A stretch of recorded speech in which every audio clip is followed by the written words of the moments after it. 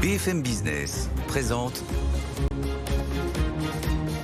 Edwige Chevrillon, la grande interview. Bonsoir à tous, bienvenue dans la grande interview avec la grande gueule, je vous le disais, du syndicalisme. Bonsoir François Omril. Bonsoir, merci pour ce qualificatif. Mais c'est assez vrai, vous dites en général, vous êtes assez cash, vous êtes président de la CFE-CGC. Beaucoup de questions à vous poser sur le discours de Politique Générale hier de Gabriel Attal, où le travail était au cœur de ce discours, avec pas mal d'annonces assez fortes. Vous nous direz comment vous réagissez. Surtout, on essaiera aussi de se projeter sur la suite. Mais d'abord, par rapport aux agriculteurs, on sent que l'étau se resserre un peu autour de Paris. Que Bruxelles, les agriculteurs le rendent responsable de beaucoup de choses. Visiblement, Bruxelles qui lâche un petit peu de l'Est. Est-ce que pour vous, Bruxelles est responsable de tout ou pas ? Non, sincèrement, je ne crois pas qu'il faille dire ça. Je ne crois pas d'ailleurs qu'il faille désigner de façon simpliste telle ou telle cible. Je crois qu'on a un vrai problème de modèle économique sur la question à proprement parler de la production agricole, donc de la fourche à la fourchette, comme on dit. À l'évidence, on a un problème qui peut se résumer peut-être à cette phrase. Il y avait 4 millions d'agriculteurs au début des années 50, il y en a un peu moins de 400 000 aujourd'hui, une productivité au moins humaine multipliée par 10. Et finalement, est-ce que les agriculteurs aujourd'hui, qui sont le début de la chaîne de production économique, est-ce qu'ils ont eu une petite partie du gain de cette productivité ? La réponse elle est non. Ils gagnent pas plus, ils travaillent dans des conditions plus dégradées, donc on a un problème de modèle économique. Et moi, ce que je souhaite, ce qu'on souhaite à la CFE-CGC, c'est qu'on examine la globalité du système pour regarder quelle est sa cohérence dans le sens où, dans un modèle économique, tout le monde doit trouver son compte et désigner tel ou tel comme étant le responsable, c'est simpliste. Oui, mais enfin, en même temps, vous le désignez à demi-mot, François Omril, parce que c'est pas les agriculteurs qui ont récupéré la valeur ajoutée, la marge, si vous voulez, il y a bien quelqu'un qui la récupère. Est-ce que c'est la grande distribution ? Est-ce que ce sont les consommateurs ? C'est qui, selon vous ? Alors, on a à l'évidence un problème de partage de la valeur. Pour le coup, c'est un sujet d'actualité. Je ne crois pas qu'on puisse dire aujourd'hui que c'est la grande distribution qui consomme toutes les marges. C'est pas vrai. Je voudrais quand même rappeler qu'aujourd'hui, vous avez le groupe Casino qui fait faillite, des gens qui sont sur le carreau, des milliers de personnes qui vont se retrouver sans emploi. C'est la grande distribution. Donc, visiblement, alors après, je ne veux pas juger de la façon dont l'entreprise était dirigée, etc. Il y avait probablement beaucoup à dire.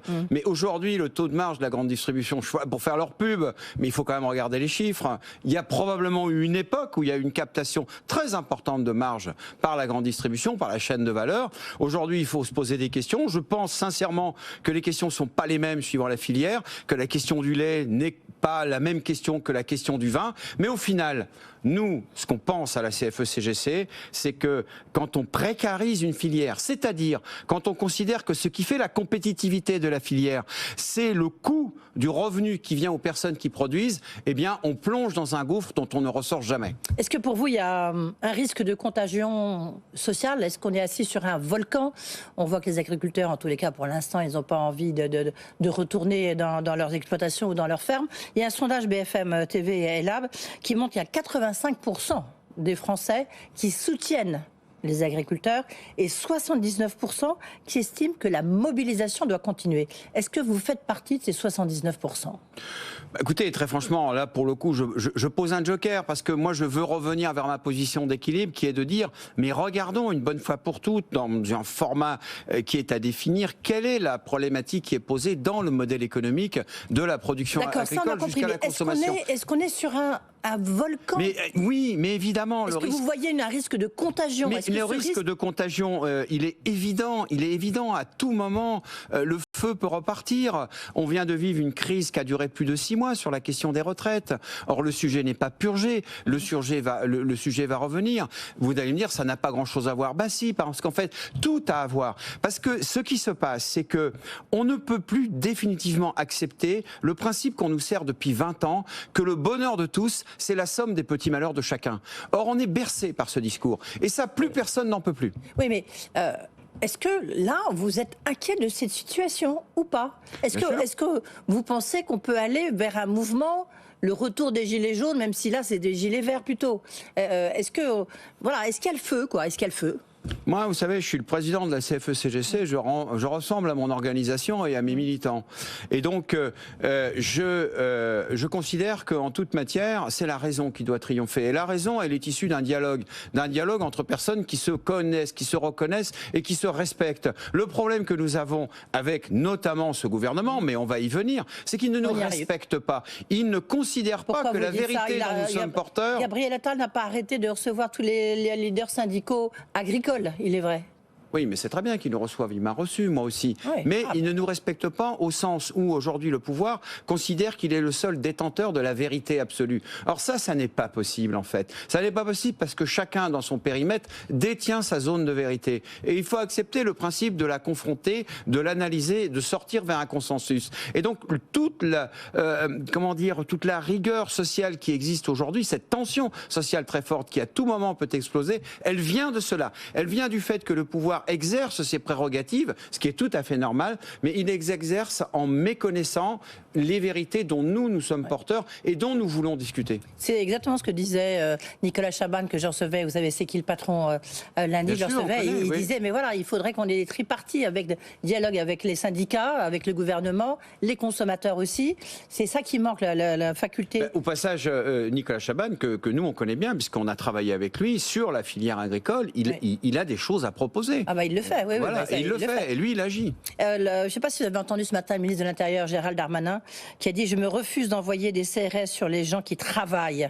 Il est hors de question de considérer des gens qui travaillent de la même façon que des délinquants. J'entends la question des 2 poids 2 mesures. Vous êtes d'accord avec lui ? Je n'ai pas de commentaire à faire. Son commentaire est politique de toute façon. Hein. Non, c'est parce que beaucoup de Français se disent c'est vrai, pourquoi on n'envoie pas plus la police ou l'armée, quoi. C'est toujours, moi, au bout du bout de tout ça, il y a des policiers qui font leur métier, qui font leur travail dans des conditions très difficiles et sur qui, de toute façon, on va taper en fonction des ordres qu'on leur a donnés. Moi, c'est ça qui est un peu ma préoccupation. Voilà. Alors, et j'aimerais au passage que M. Darmanin s'en préoccupe un peu plus. Le discours de petit général de Gabriel Attal prononcé hier, il a beaucoup... Ce qu'on peut dire, c'est que le travail était au cœur de son discours, parce qu'il y a consacré de nombreuses pages. Est-ce que vous vous dites, au moins, c'est bien, il a pris conscience qu'il y avait de nombreux problèmes, parce qu'il a fait plein d'annonces sur lesquelles nous allons revenir, évidemment, sur la désmicardisation de la société française. Moi, je vais vous commenter tout ça. Votre question, elle est fort appropriée, mais je vais vous dire, Gabriel Attal est magique. Et je vais vous expliquer pourquoi. Il est magique. Alors, c'est un petit magicien, c'est un apprenti pour le moment. Le maître magicien, il est à l'Élysée. Mais finalement, il nous fait le même numéro. Et son numéro, il est en 3 scènes. La première scène, il dit, voilà ce que nous avons fait depuis 7 ans, depuis 10 ans, est merveilleux, extraordinaire, nous avons des résultats fabuleux, on a créé des millions d'emplois, il n'y a plus de chômage, et on recrée de l'industrie, tout va bien. C'est l'acte 1. Acte 2, mais ça va pas du tout, les Français sont malheureux, ils se plaignent, on les a smicardisés, etc. C'est scandaleux, je ne peux pas l'accepter. Et acte 3, il dit, puisque c'est comme ça, on va continuer à faire la même politique qui a ces conséquences-là, et on va le faire encore plus fort et encore un peu plus vite. Vous aurez compris que tout ça est totalement illogique. C'est un peu un syllogisme à l'envers. C'est A égale B, B est différent de C, donc C est égal à A. Ça n'a pas de sens. Et tout le monde l'a compris, en fait. C'est le discours que porte le président de la République depuis le début, celui sur lequel nous sommes intéressés en disant, mais nous, on a un vrai problème. C'est que aujourd'hui, vous constatez l'appauvrissement de la classe moyenne. Mais c'est votre politique qui a amené à ça. C'est cette politique de subventionnement des emplois non qualifiés qui fait qu'on en a créé tellement qu'on n'arrive pas à les pourvoir. C'est plus la prime d'activité. Et pendant ce temps-là, les gens qui sont plus qualifiés, il n'y a pas d'emploi pour eux, et on leur dit, vous savez quoi, vous êtes qualifiés, vous avez le BTS, vous avez le DUT, vous êtes un cadre au chômage de 50 ans, vous n'avez pas de boulot. C'est pas grave, vous allez prendre un emploi moins qualifié. Mais on ne fait pas du développement économique sur ces principes-là. Et on ne fait pas du développement économique en disant, puisque les gens ne veulent pas accepter un emploi qui n'est pas en regard de leur qualification, on va leur taper sur la tête, on va leur enlever les moyens de subsistance et ils vont être obligés d'y aller. Oui, mais alors, juste un point sur le SMIC, parce qu'on va quand même rappeler qu'il y a 17,3% de la population qui est au SMIC. Je veux dire, c'est beaucoup plus qu'il y a encore quelques années. Nous avons en France un paradoxe, je cite le Premier ministre. Nous avons un salaire minimum nettement supérieur à celui de nos voisins, mais nous avons une part de nos travailleurs proches du SMIC beaucoup plus importante que chez eux. C'est aberrant, non ? Moi, j'en sais rien si c'est Gabriel Attal qui a dit ça. Oui, il a dit ça hier dans son discours. S'il veut préparer une thèse d'économie, qu'il le fasse, mais qu'il soumette ses conclusions à la confrontation et au débat. Ça n'a pas de sens. Moi, je vais vous dire, le salaire minimum en Suisse, il est de plus de 3 000 francs suisses. Que je sache, il y a plus de 25% d'emplois industriels en Suisse. Alors, comment ils font? Ils sont loin de tous les ports, en eau profonde, et ils arrivent quand même à faire de l'industrie de façon compétitive avec un salaire minimum à plus de 3 000 francs suisses. Moi, je ne crois pas à tout ça. C'est des considérations macroéconomiques de faible niveau. Il faut, sur ces sujets-là, faire l'effort d'examiner les filières, les différentes situations, les métiers, et surtout comment est-ce qu'on tire l'économie vers le haut. Et on ne tire pas l'économie vers le haut en tirant les emplois vers le bas. Voilà, c'est pas compliqué. Je pense que tout le monde peut le comprendre. Dans un même temps, on subventionne la déqualification et on oublie de subventionner la recherche. La France est le plus mauvais. Comparons-nous. On compare le niveau du SMIC. Eh bien, comparons-nous. Pourquoi est-ce qu'il n'en a pas parlé, Gabriel Attal, dans son discours? Pourquoi est-ce qu'il n'a pas dit, voilà, je suis le Premier ministre, j'ai constaté que la France n'investissait que 2,2% de son PIB en recherche, là où l'Allemagne fait 3,2 et là où la Corée du Sud fait 4,5. Eh bien moi, j'ai décidé, il aurait pu le crier très fort pour couvrir le brouhaha, et j'ai décidé de remonter à 3,2, qui est le niveau de l'Allemagne. Et avec ça, on va vraiment changer la donne. J'attends toujours qu'ils le disent. Ça fait des années que je m'époumonne en disant, mais on ne va pas aller vers le développement économique si on n'aide pas à déployer les emplois de qualité. En même temps, on voit que du coup, avec cette smicardisation de la société, en fait, l'État décide, grosso modo, si on prend en plus la fonction publique, grosso modo de un quart des salaires en France, voire plus. Alors, vous avez tout à fait raison de souligner la situation très catastrophique de la fonction publique. Là, pour être franc, on ne peut pas porter ça au bilan de ce gouvernement-là qui arrive et des gouvernements qui ont précédé.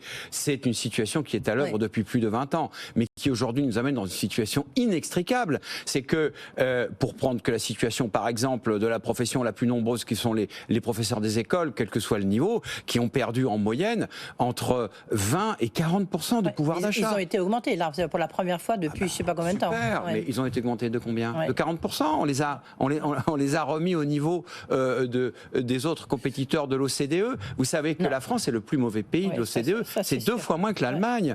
Le règlement des heures par élève et par personne. Je suis d'accord avec vous, c'est absolument incroyable. Est-ce que c'est la prime d'activité, en fait, de si cher Emmanuel Macron qui a pollué les systèmes, justement de cette smicardisation de la société? Alors évidemment, ça y contribue. Mais vous savez, tous les dispositifs, quand on les introduit toujours pour de bonnes raisons. Que moi, je suis prêt à soutenir au nom de mon organisation. Effectivement, au moment où on introduit la prime d'activité, disons que c'est un dispositif intelligent. Comme toujours, il permet effectivement d'instaurer un différentiel qui permet de rendre compétitive l'offre d'emploi par rapport à quelqu'un qui est indemnisé.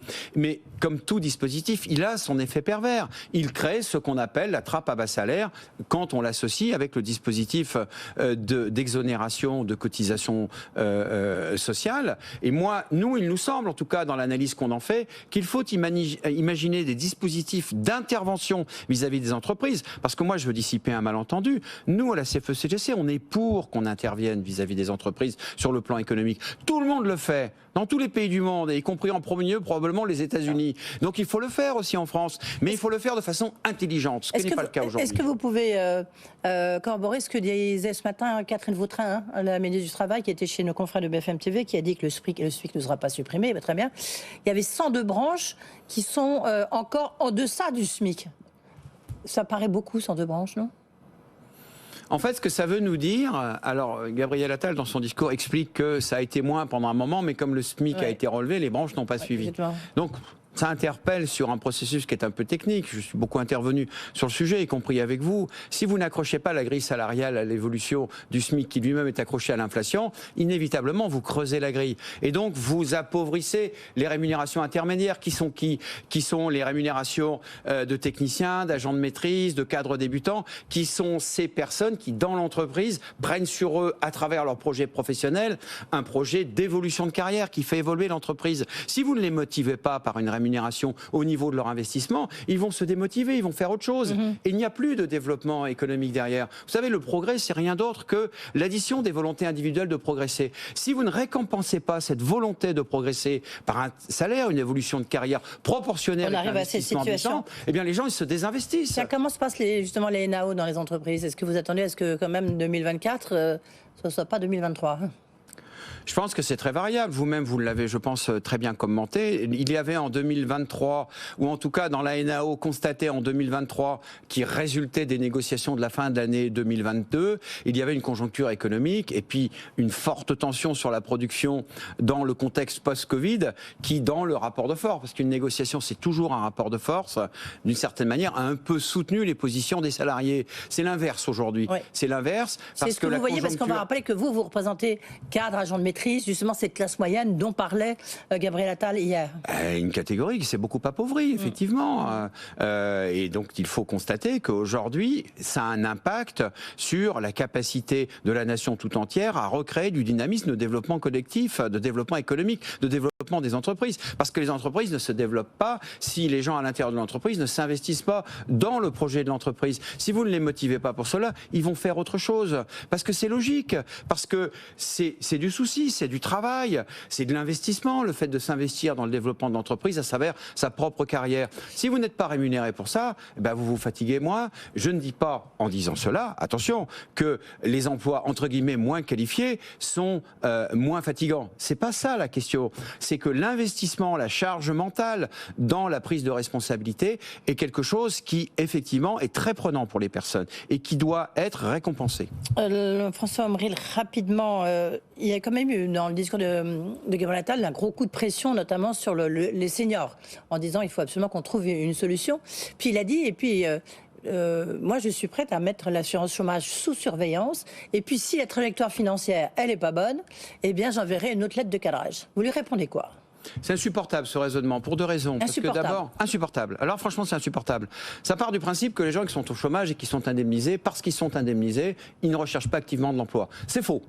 C'est faux. Oui, mais en même temps, il y a 7% de chômeurs. C'est archi faux. La moyenne, ça ne veut rien dire en fait. Les gens ne sont pas mobiles aujourd'hui. Vous êtes au chômage à Lille, vous avez 50 ans, séparé ou non, peu importe, vous avez des charges de famille, il y a un emploi à Marseille, dans l'immense majorité des cas, vous pouvez pas l'accepter. Donc moi je parle de gens qui ont un parcours, une forme de qualification, etc. C'est pas si fluide que ça, c'est pas vrai. Tous ces gens-là raisonnent aux statistiques. Vous savez, nous sommes gouvernés par des gens qui pensent que, parce que les chasse-neige cette saison ne servent que 6 mois par an, il faut en supprimer la moitié. Ben voilà, il faut réfléchir par rapport à ça. C'est compliqué de discuter justement dans ce cadre-là. Et on a ce problème. Et donc, ils considèrent ce qui est faux, ce qui est prouvé être faux, que les gens, parce qu'ils sont indemnisés, mieux indemnisés, ont moins de motivation à retrouver un emploi. Mais ça, c'est en permanence dans les discours. Mais c'est insupportable, parce que c'est démontré que c'est faux. Et donc, il faut trouver des solutions adaptées aux situations des gens, en les aidant, en fait, à retrouver un emploi, et une indemnisation correcte. C'est démontré, ça aide les personnes à retrouver un emploi correct. Et il faut du dialogue social dans tous les cas. Il n'a pas beaucoup prononcé le mot pendant son discours, le Premier ministre. Mais j'espère que quand même, il vous a reçu. Il nous a très bien reçus. Il vous a très bien reçu. Eh ben, voilà. C'est un bon point quand même. Merci beaucoup d'avoir été avec nous. Je vous remercie beaucoup. François Omril et son chasse-neige, le président de la CFE-CGC.